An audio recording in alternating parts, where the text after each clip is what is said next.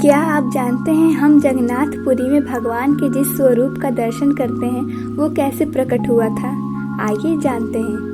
एक बार द्वारिका में अपने महल में सोए हुए श्री कृष्ण स्वप्न में राधा राधा पुकारने लगे। इस नाम को सुनकर माता रुक्मणी और अन्य रानियों को राधा के बारे में जानने की इच्छा हुई।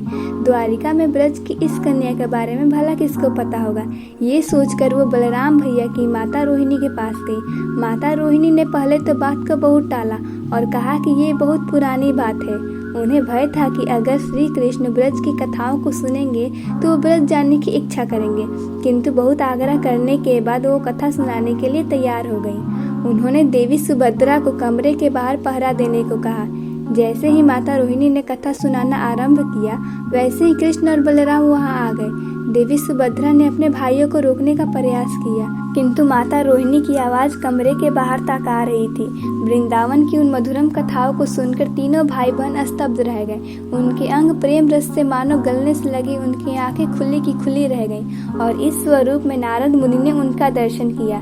नारद मुनि ने भगवान से प्रार्थना किया और कहा कि भगवान, आपके जिस अद्भुत स्वरूप का दर्शन आज मुझे हुआ है, यही दर्शन आपके सारे भक्तों को होना चाहिए।